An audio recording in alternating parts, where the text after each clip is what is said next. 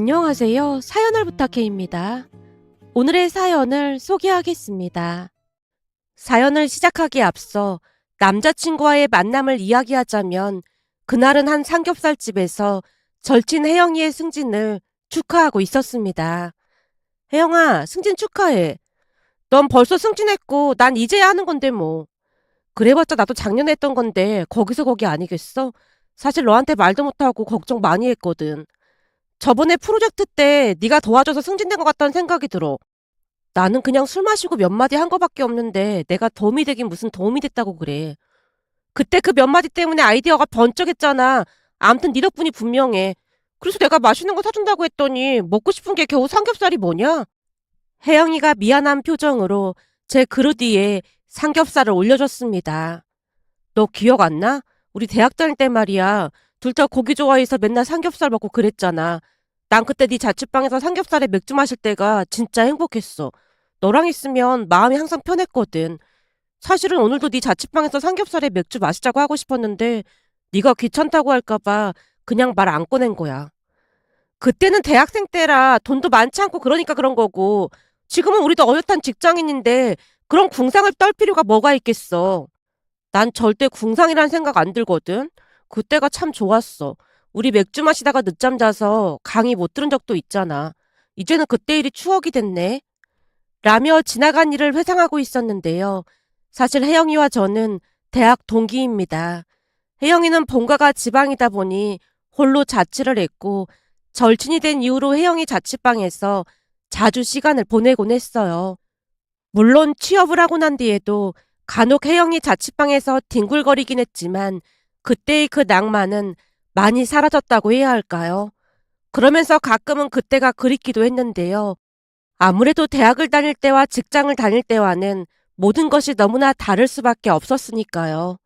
그날도 혜영이와 이런저런 추억을 떠올리며 시간 가는 줄 모르고 대화를 하고 있었습니다. 그런데 잠시 후 옆 테이블에 앉아있던 한 남자가 우리에게 시비를 거는 게 아니겠어요?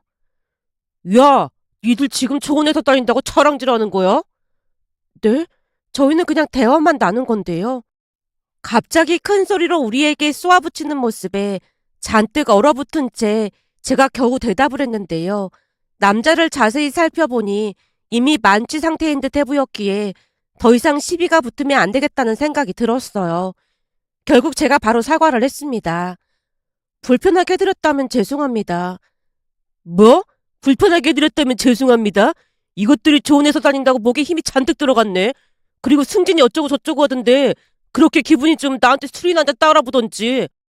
남자가 도를 넘는 발언을 했고 혜영이가 남자를 쏘아보며 외쳤습니다. 저기요. 지금 제 친구가 죄송하다고 사과했잖아요. 그러니까 그만하시죠. 이건 또 뭐야? 여자가 구분구분해야지. 어디서 눈가를 야리고 있어. 라며 남자가 주먹까지 치켜들었고 제가 화들짝 놀라서 혜영이를 말렸습니다. 혜영아, 그만하고 나가자. 나가긴 어딜 나가. 당장 사과하지 않고. 조금 전에 죄송하다고 했잖아요. 그리고 우리가 뭘 그렇게 잘못했다고 사과를 하라는 거죠? 이게 어디서 꼬박꼬박 말대꾸야. 좋은 회사 다니니까 나 같은 쬐깐한 회사 다니는 사람들을 다 우습게 보이지? 이봐요. 그쪽이 어떤 회사 다니는지 내가 알게 뭐예요? 술 먹었으면 집에 가서 곱게 잠이나 자요. 뭐가 어쩌고 어째? 술에 잔뜩 취한 남자가 순식간에 혜영이 얼굴에 소주를 끼얹고는 다시 주먹을 치켜 올렸는데요. 그 순간 누군가 그 남자 앞을 가로막았습니다. 술 많이 드신 것 같은데 그만 집에 가시죠. 이건 또 뭐야? 저요? 저는 그냥 옆에서 고기 먹던 사람입니다. 그러니까 그만하고 돌아가시죠. 그러는 너나 그냥 고기나 처먹던지 하지. 왜 남의 일이 상관이야? 그쪽이 이렇게 소란 피우는데 고기가 넘어가겠어요? 그러니까 그만하시죠. 근데 이 자식 누구한테 하라 말아야? 술 취한 남자가 말리던 남자의 멱살을 잡았고 제가 급히 사장님에게 다가가서 경찰을 불러달라고 말을 했는데요. 그러던 사이에 이미 남자 둘이서 바닥을 나뒹굴고 있었습니다. 결국 잠시 후 경찰이 가게 안으로 들어와서 둘을 뜯어 말렸어요. 그리고 우리는 얼떨결에 경찰서까지 가게 되었습니다. 잠시 후 별탈 없이 일이 잘 마무리가 돼서 말리던 남자와 함께 경찰서 밖으로 나왔는데요.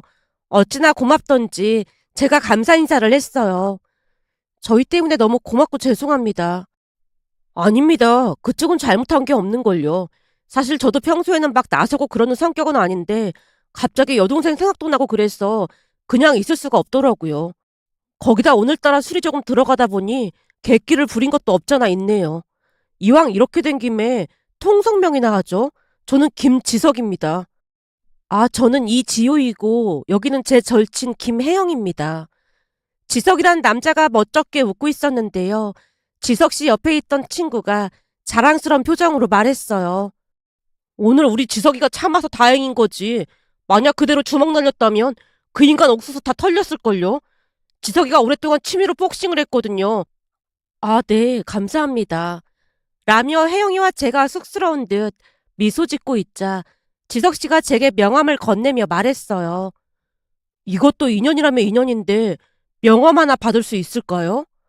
아, 네, 여기. 라며 제가 명함을 건네자 지석 씨가 혜영이에게 다시 말했습니다. 저기 혜영 씨? 혜영 씨 명함도 하나 받을 수 있을까요? 아, 네, 여기 있습니다.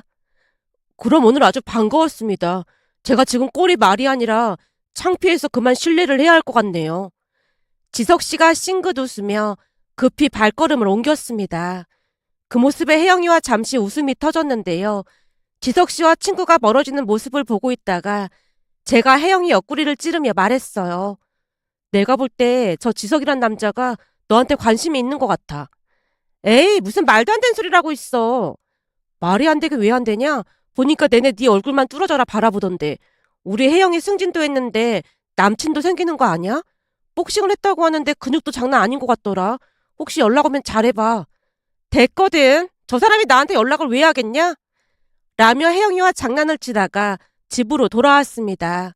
그런데 며칠 후 생각지도 못한 일이 일어났습니다. 그러니까 그때 그 지석이란 남자에게서 전화가 왔거든요. 처음에는 전화를 잘못 걸었다는 생각이 들어서 제가 조용히 말했습니다. 저기 지석 씨, 전화를 잘못 거신 것 같아요. 네? 잘못 걸다니요? 혹시 지호 씨 아닌가요? 네, 제가 이지호가 맞긴 한데 혜영이한테 전화 걸려고 하셨던 거 아니에요? 네? 혜영 씨한테요? 왜 그런 생각을 하신 거예요? 그날 지석 씨가 혜영이한테 명함을 달라고 하셨으니까요. 아, 그건 혜영 씨가 민망해 할까봐 예의상 달라고 했던 것 뿐입니다. 사실 저는 그날 내내 지호 씨한테 관심이 있었거든요. 저한테요? 네. 제가 지호 씨한테 관심이 없었다면 그 상황에 끼어들 이유가 없었겠죠. 그날도 봐서 아셨겠지만 그 난장판이 나는 동안에 누구 하나 도와주는 사람이 없었잖아요. 그 와중에 저는 지호 씨한테 관심이 있어서 그랬던 겁니다. 제가 너무 뜬금없이 고백을 한 것 같네요. 무리했다면 죄송합니다. 갑작스러워서 많이 놀라셨죠? 아, 조금 놀라긴 했어요. 그래서 말인데 혹시 언제 한번 밥이나 같이 먹을 수 있을까요? 제가 맛있는 밥 사드리고 싶어서요. 저기 그때 일 때문이라도 제가 밥을 사드려야 할 것 같은데요. 그럼 식사 같이 하신다는 거죠? 네, 날짜랑 시간 남겨주시면 연락드릴게요. 그렇게 며칠 뒤 지석 씨를 만나러 갔는데요. 예약했다던 식당에 들어가서 보니 지석 씨가 팔에 반 깁스를 하고 있는 모습에 깜짝 놀라서 물었어요. 설마 그때 다친 거예요? 그날은 정신이 없어서 잘 몰랐는데 계속 통증이 있길래 다음날 병원에 갔더니 뼈에 금이 좀 갔다고 하더라고요. 네? 금이요? 그럼 많이 다친 거 아니에요? 그렇게 많이 다친 건 아니고 살짝 금이 갔다네요. 괜히 우리 때문에 깁스까지 하고 너무 죄송해요. 아닙니다. 도와달라고 부탁을 한 것도 아니고 제가 자진해서 그랬던 거잖아요. 근데 지우 씨가 죄송할 게 뭐가 있겠어요. 그럼 깁스를 오래 해야 하는 거예요? 들어보니까 한 2주 정도 해야 할 것 같다고 하던데 우선은 지켜보자고 하네요. 그나저나 지우 씨랑 제가 인연은 인연인가 봅니다. 네? 그게 무슨 말이에요? 제가 다음 주에 회사에서 중요한 프레젠테이션을 하기로 되어 있었거든요. 사실 그동안 해외 주재원으로 가고 싶어서 엄청 노력하고 있었어요. 그러다 보니 중요한 프레젠테이션이라고 팀장님이 잘하라고 신신당부를 했었고요. 근데 제 팔이 갑작스럽게 이렇게 되다 보니 팀장님이 안타깝지만 다른 사람한테 넘기라고 하더라고요. 그럼 팔 때문에 못하게 된 거예요? 아무래도 임원들 모셔놓고 하는 중요한 자리다 보니까 난감하게 됐죠 뭐. 순간 지석 씨가 옅은 미소를 짓는 모습에 말문이 막힌 채 얼어붙어 있었는데요. 지석 씨가 오히려 당황한 표정으로 입을 뗐어요. 저기, 그게 지호 씨 부담 가지라고 하는 말이 아니라, 그러니까 제 말은 지호 씨를 만날 운명이었다는 것 같다는 말을 하고 싶다는 거예요. 이게 참 신기한 게 예전에는 그 주재원이 그렇게나 하고 싶었거든요. 근데 지호 씨를 만난 뒤로는 그냥 시들해졌다고 해야 할까요? 오히려 내가 주재원으로 나갔다면 지호 씨를 못 만났겠다 그런 생각마저 들었거든요. 그런 거 보면 사람 마음이라는 게 참 간사하네요. 암튼 그래서 저는 오히려 이 팔을 다친 게 감사하다? 뭐 그런 얘기입니다. 그래도 그런 말이 어딨어요. 만약 이 와중에 제가 주재원으로 나가게 됐다면 지호 씨랑 더 이상 인연이 이어지지 않았을 테니까요. 그러니까 저는 우리가 인연이라고 생각합니다. 혹시 제 말이 부담스러웠을까요? 지석 씨가 조심스레 묻는 모습에 저도 기분이 나쁘지는 않았기에 살짝 미소 지었습니다. 그리고 그 뒤 우리는 연인 사이가 되었어요. 우리 둘이 사귄다는 소리를 듣고 혜영이가 많이 놀란 채 물었습니다. 진짜로 둘이 사귄단 말이야? 그렇게 됐어. 사람 인연이라는 게 진짜 신기하긴 하네. 그때 보니까 나쁜 사람 같지도 않던데 잘 됐네. 축하한다, 지유야. 나도 이렇게 빨리 빠져들 줄은 진짜 몰랐는데 지석 씨는 여자 마음을 기가 막히게 잘 읽는 것 같아. 거기다 말도 어찌나 잘하는지 매일매일 감탄한다니까. 그럼 좋은 거 아니야? 거기다 그날도 딱 나서서 지켜주는 거 보니까 듬직하기도 하고 사람은 꽤 괜찮아 보였어. 그러니까 한번 잘 만나봐. 네 절친으로서 난 적극 찬성이니까. 그리고 혹시나 지석 씨 친구 중에 괜찮은 사람 있으면 나도 소개 좀 해달라고 해봐. 바늘 가는데 실 간다는 말도 있는데 나도 너 따라서 이참에 남자친구 좀 만들어보자. 혜영이가 장난 가득한 표정으로 활짝 웃었습니다. 그 뒤에는 우리 커플과 혜영이까지 자주 어울려서 즐거운 시간을 보냈어요.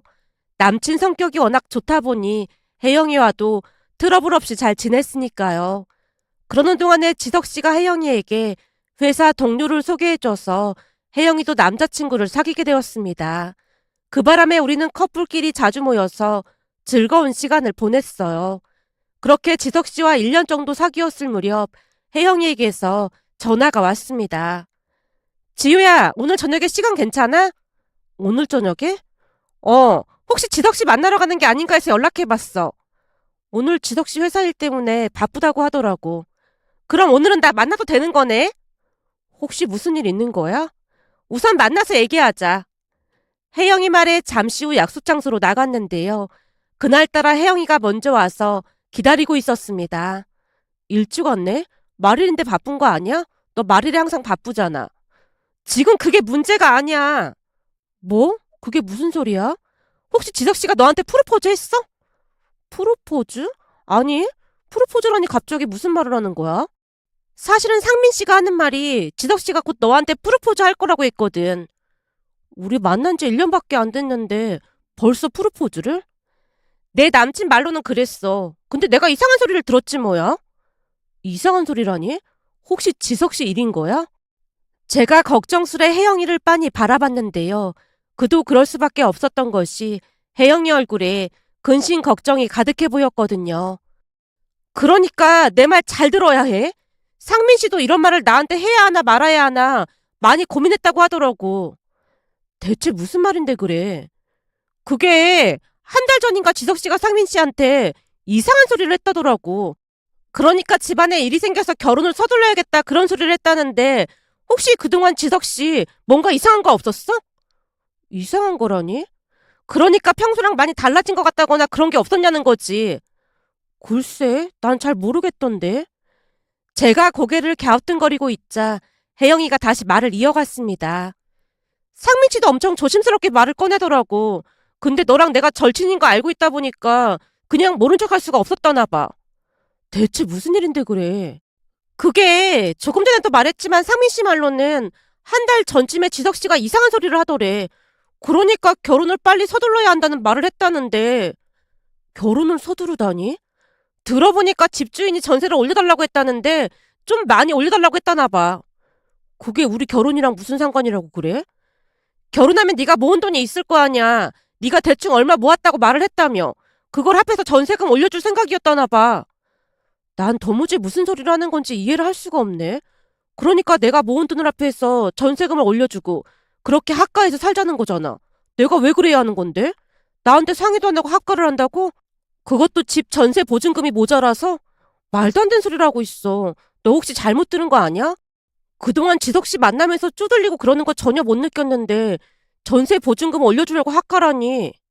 제가 놀란 채 눈만 꿈뻑이고 있자 혜영이가 눈치를 살피다가 다시 말했습니다. 들어보니까 지석 씨가 버는 돈을 거의 집에 가져다 주느라 지금까지 돈도 많이 못 모았다고 하는 것 같았어. 그러니까 내 말은 결혼의 현실이니까 잘 생각해보고 결정하라는 말이야. 우선은 나도 들은 대로 이야기하는 것 뿐이니까 지석 씨가 하는 얘기 들어보고 나중에 다시 얘기해보자.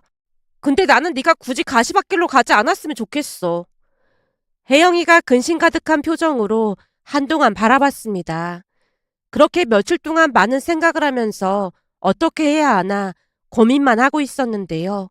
역시나 얼마 뒤 남자친구가 결혼 이야기를 꺼냈습니다. 지호야, 우리 이제 슬슬 결혼 이야기 할 때 됐잖아? 결혼? 너랑 나랑 만난 지 1년이 지났는데 양가 인사드리고 결혼하면 좋을 것 같아서 말이야. 지석 씨는 모아놓은 돈이 많은가 보네. 결혼하려면 당장 집도 필요할 텐데 어떻게 할 참이야? 그래서 말인데 그때 네가 회사 다니면서 모은 돈 있다고 했잖아? 그거랑 우리 부모님이 도와주시는 거 합하면 전세 정도는 대출 안 받고도 가능할 것 같아. 그럼 지석 씨네 부모님께서 전세금을 도와주신다는 거야? 지석 씨네 부모님은 돈이 많으신가 보네? 당연히 도와주시겠다고 했지. 근데 한 가지 조건이 있는데 말이야. 조건? 무슨 조건? 우리 부모님을 모시고 살아야 할 것 같아. 뭐? 그럼 학가를 하자는 말이야? 우리 부모님이 워낙 조용한 분들이라 딱히 신경 쓸 일도 없을 거야. 그럼 지석 씨는 회사 다니면서 돈 모아놓은 게 하나도 없는 거야? 지금 부모님이 살고 계신 집 전세가 내 명이니까 전혀 안 모은 건 아닌 거지. 근데 부모님이랑 같이 살고 있다며. 그치만 내가 모아서 산 거라 내 명의로 되어 있으니까 내 거나 마찬가지지 뭐. 남자친구가 어찌나 뻔뻔하게 말을 하던지 순간 제 귀를 의심했는데요. 합가를 너무나 당연하다고 생각하고 있었으니까요. 저기 나는 학가 절대 안 할 생각이야. 그럴 자신도 없어. 우리 부모님은 엄청 조용해서 신경 쓸 것도 없다니까? 그리고 지금 우리한테는 선택의 여지가 없어. 선택의 여지가 없다니? 그건 또 무슨 말이야? 사실 우리 부모님이 따로 수입이 없다 보니까 따로 살 수 있는 형편이 못 되거든. 만약 따로 살게 되면 집 얻는 돈도 필요하고 매달 100만 원 이상 생활비도 들여야 하는데 대출에다 뭐다 감당이 안 될 거 아니야. 생활비? 그리고 대출은 또 뭔데? 네가 학가하기 싫다고 하면 우린 대출받아서 신혼집 마련해야 하잖아. 요즘 금리도 높은데 전세 대출금 갚느라 엄청 힘들 거 아니야. 그럼 어느 세월에 돈을 모으겠어? 그치만 우리 부모님이랑 학가하면 살림도 부모님이 다 해주실 거고 생활비도 안 들어가고 대출도 안 받을 수 있으니까 이보다 더 좋은 게 어딨겠어. 그러니까 내가 학가하자고 한 거야. 어때? 내 말 들어보니까 진짜 합리적이지. 그러니까 우리 학가에서 살자. 그럼 나중에 출산해도 부모님이 육아도 도와주고 하면 일석이조잖아. 그렇게 해줄 거지? 남친이 너무나 당연하다는 듯이 말하며 합리화시키는 모습에 순간 헷갈릴 지경이었습니다. 결국 제가 고개를 갸우뚱거리고 있자 남친이 다시 말을 꺼냈어요. 어때? 그게 나을 것 같지? 그러니까 우리 빨리 결혼 서두르자. 저기 그렇게까지 하면서 내가 지석 씨랑 결혼할 거라고 생각한 거야? 뭐? 너 그게 무슨 소리야? 아니 그러니까 지석 씨 말을 요약해보자면 내가 모은 돈으로 지석 씨네 부모님 사는 집 전세금을 보태주라는 말인 거잖아. 대체 내가 왜 그래야 하는 거냐고. 그 전세집이 내 명의로 되어 있으니까 우리 부모님 전세 보증금을 보태주는 건 아니지. 자꾸 말을 이상하게 하는데 내가 모은 돈으로 지석 씨네 부모님 전세금 보태주는 게 맞는 거고 합가를 안 하면 용돈을 매달 100만 원씩 드리자는 것도 말이 안 되는 거야. 그럼 우리 부모님께도 매달 100만 원씩 드릴 생각이야? 지우 니네 부모님은 먹고 살만 하시니까 굳이 그럴 필요가 뭐가 있어. 그러니까 네 말은 내가 다 희생해라 그런 말인 거잖아. 뭐? 네 말은? 그래 내 말이 틀렸어? 이제 보니 나를 완전 바보로 알고 있었던 거네. 너 무슨 말을 그렇게 해? 너야말로 무슨 말을 그따위로 하고 있어. 내가 왜 생고생해서 번 돈을 그렇게 써야 하는 거야? 제가 정색을 한 채 남친을 노려보자 남친이 움찔하는 듯 하더니 다시 선심을 쓰듯 말을 꺼냈습니다. 알았어. 네가 그렇게 불편하면 학가나 하지 말자. 대신에 우리 부모님한테 매달 100만 원 보태드리는 걸로 하자. 아직도 내 말을 이해 못한 모양이네? 내가 왜 지석씨 부모님을 먹여 살려야 하냐고. 그러니까 한마디로 네가 짊어지고 있는 짐을 나보고 대신 짊어지라는 얘기잖아. 근데 어쩌지? 난 그럴 생각에 추후도 없거든. 그러니까 우리 이만 헤어져야 할 것 같아. 뭐? 헤어져? 네가 나한테 빚진 게 있는데 그러면 안 되는 거지. 극기하는 남친 입에서 허무맹랑한 말까지 튀어나왔기에 순간 호흡이 가빠졌는데요. 그러면서 제가 무슨 빚을 졌는지 머릿속으로 생각해내려 애쓰다가 물었습니다. 내가 너한테 무슨 빚을 졌다는 거야? 은혜는 못 갚을 망정 네가 나한테 이러면 안 되는 거지. 그러니까 내가 너한테 무슨 빚을 졌냐고. 진짜 잊은 거야? 그때 너 처음 만났던 날 술집에서 술지정뱅이한테서 너 구해주다가 팔 다쳐서 중요한 프리젠테이션도 못했고 그러는 바람에 해외 주재원도 못 나갔잖아. 그때 거기 나갔으면 돈도 꽤 벌었을 텐데 너 때문에 기회 놓친 거 아니야. 근데 네가 이렇게 나오면 안 되지. 이제 보니 너 소시오패스 그런 게 확실해 보인다. 거기다 너 가스라이팅 장난 아니네. 이래서 사람들이 순간 혹하고 당하는 거구나. 미안한데 난 그렇게 아둔한 사람이 아니거든. 그러니까 말도 안 되는 소리 할 생각도 하지 마.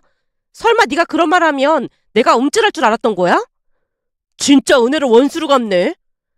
암튼 너랑 더 이상 볼 일 없으니까 그만 헤어지자. 헤어지는 김에 한마디만 더 하자면 너한테 완전 정 떨어지게 해줘서 정말 고마워. 여기 닭살 돋는 거 보이지?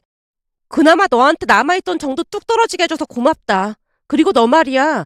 다른 여자 만나서 고생시킬 생각하지 말고 니네 부모님 모시고 행복하게 오래오래 잘 살 생각이나 해. 결혼 같은 소리하고 자빠졌네. 라며 제가 그곳을 나와버렸습니다.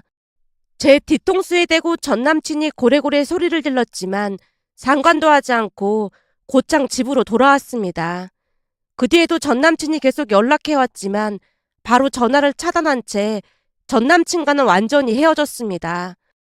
혹시나 해코지라도 할까 걱정을 하기도 했는데요. 얼마 뒤 혜영이가 기가 막힌 소식을 전해왔어요. 지석씨 말이야. 지방으로 발령 신청해서 내려갔다고 하더라. 지방으로? 들어보니까 지석씨 아버지란 사람이 문제가 많다나 봐. 돈도 없으면서 친척들한테 여기저기 돈까지 빌려서 무슨 사업을 해본다고 하다가 쫄딱 망한 모양이야. 그러다 보니 있던 전세금까지 빼서 빚을 갚아야 할 처지인 모양이더라고. 그렇지 않으면 친척들한테 고소당하게 생겼다고 말이야. 그래서 어쩔 수 없이 집값 산 지방으로 발령 신청해서 내려갔다더라고. 바로 내려갈 수는 있었나 보네. 들어보니까 지방으로 내려가는 건 거의 자천돼서 내려가는 거라는데 자진해서 내려간다고 하니까 회사에서는 얼씨구나 하고 보내준 모양이야. 그때 헤어지길 진짜 잘했지.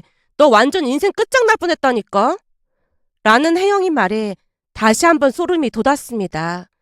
그러면서 사람이란 존재가 얼마나 무서운 존재인지 알 수가 있었는데요.